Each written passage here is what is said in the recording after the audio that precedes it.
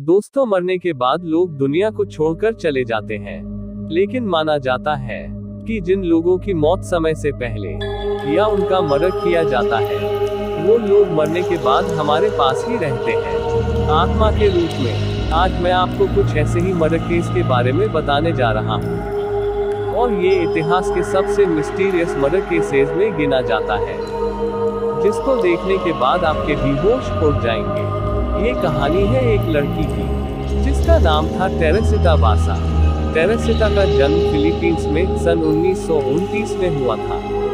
टेरेसिटा अपनी पढ़ाई पूरी करने के बाद 31 साल की उम्र में अमेरिका के चिकागो शहर में चली गई। वहाँ वो एलिवेटर हॉस्पिटल में एक रेस्पिरेटरी थेरेपिस्ट के रूप में काम करने लगी। टेरेसिटा का जीवन बहुत ही सरल था।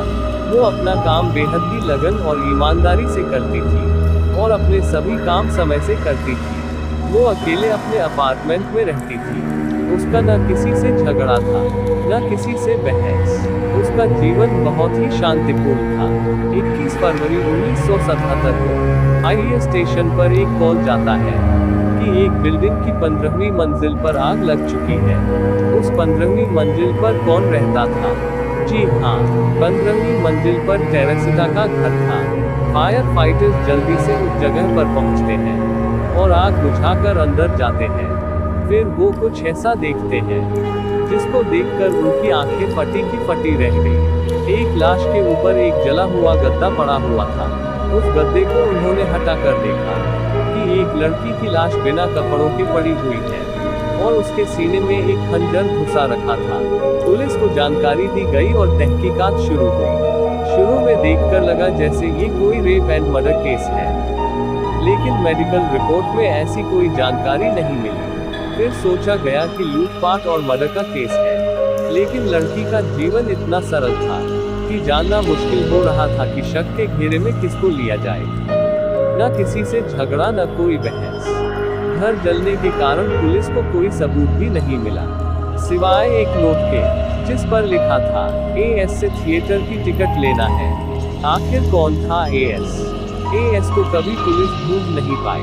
पुलिस को और कोई सबूत नहीं मिला। केस ठंडा पड़ने लगा और पुलिस ने भी उम्मीद छोड़ दी थी। लेकिन लगभग 5 महीने बाद इन्वेस्टिगेटिंग ऑफिसर जो स्टेकुला के पास एक फोन आया। वो कॉल डॉक्टर चाव ने किया था। डॉक्टर चाव ने कहा कि मैं टेरेसिटा के केस के बारे में कुछ आपको बताना चाहता हूँ। जिसके बाद पुलिस ने डॉक्टर चाव के साथ बात करने के लिए एक मीटिंग बुलाई। मीटिंग में डॉक्टर चाव की वाइफ रैमी भी थी। रैमी उसी हॉस्पिटल में रेस्पिरेटरी टेक्नीशियन थी, जिस हॉस्पिटल में टेरेसिटा काम करती थी। डॉक्टर चाव ने बहुत हिम्मत करके पुलिस वालों से पूछा, क्या आप भूत-प्रेत यानी कि पैरानॉर्मल चीजों में विश्वास करते हैं?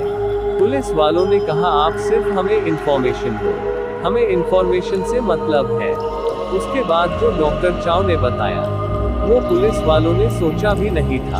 उन्होंने कहा कि उनकी वाइफ के साथ पिछले कुछ महीनों से कुछ अजीबोगरीब घटनाएं हो रही हैं। जब पुलिस वालों ने रैमी से इसके बारे में पूछा, तो रैमी ने बताया कि वो एक दिन हॉस्पिटल के नर्स रूम में सो रही थी। अचानक से उनकी आंख खुली तो उन्होंने देखा कि सामने टेरेसिटा खड़ी थी। डर के मारे रैमी वहां से बाहर भाग गई।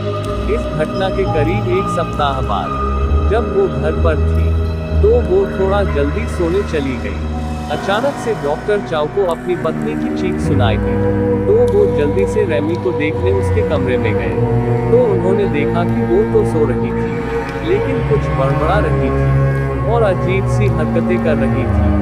जैसे ही डॉक्टर चाव उसके पास गए, तो उसकी बड़बड़ाती आवाज ने उससे कहा कि मैं टेरेसिटा बासा हूँ। प्लीज पुलिस वालों को बता दो कि एक आदमी मेरे फ्लैट पर आया था, जिसने मुझे मार दिया। डॉक्टर चाव ने इसे इग्नोर कर दिया, क्योंकि उसने पास इस बात का कोई सबूत नहीं था। कुछ दिनों बाद फिर से ऐसा ही सीन होता है। उस आवाज ने डॉक्टर चाव से कहा कि आपने अभी तक पुलिस को बताया क्यों नहीं? हिम्मत करके डॉक्टर चाव ने उससे कहा कि हम बताएं तो क्या बताएं? हमारे पास न कोई नाम है, न कोई सबूत और न ही कोई पता। तो टेरेसिटा ने उसे बताया कि एलेन शॉबरी, जो उसी हॉस्पिटल में काम करता था, उस दिन वो मेरे कमरे में टीवी ठीक करने आया था और वो उसे मारकर चला गया। साथ में उसके गहने भी चोरी करके ले गया, जो उसने अपनी गर्लफ्रेंड को दिए हैं। लेकिन इस बार डॉक्टर चाव ने पुलिस वालों को बताने का फैसला किया। ये एलेन शॉवी वो ही केस है जिसके बारे में उस नोट में लिखा था, जो टेरेसिटा के कमरे से पुलिस को मिला था। पुलिस वालों को डॉक्टर चाव की बात पर पूरी तरह से विश्वास नहीं हो रहा था, लेकिन उन्होंने सोचा कि पूछताछ करने में क्या दिक्कत है। तो पुलिस वाले एलेन शॉवी को गाड़ी में बैठकर थाने में पूछताछ करने के लिए ले आए। एलेन शॉवी ने कहा कि मैं तो टीवी ठीक करने गया था, लेकिन मेरे पास कोई औजार नहीं था, तो मैं वापस आ गया था। इसी दौरान एक पुलिस वाले ने एलेन की गर्लफ्रेंड से पूछ लिया कि कुछ महीने पहले एलेन ने आपको कुछ गहने बहने दिए थे क्या? उसने कहा हाँ, एक अंगूठी और एक बैनर दिया था।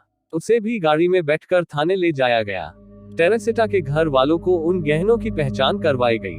उन्होंने बताया कि वो सारे गहने टेरेसिटा के थे और एलेन पकड़ा गया। उसने धीरे धीरे सारा सच को बोल लिया। उसने कहा कि जब मैं टीवी ठीक करने गया था तो मेरे पास कोई औजार नहीं था, तो मैं औजार के बहाने घर से निकल गया। लेकिन उसने टेरेसिटा के गहने देख लिए थे और इसी लालच में वो वापस आया। और जब वो वापस टेरेसिटा के घर गया तो टेरेसिटा ने उसे अंदर आने दिया।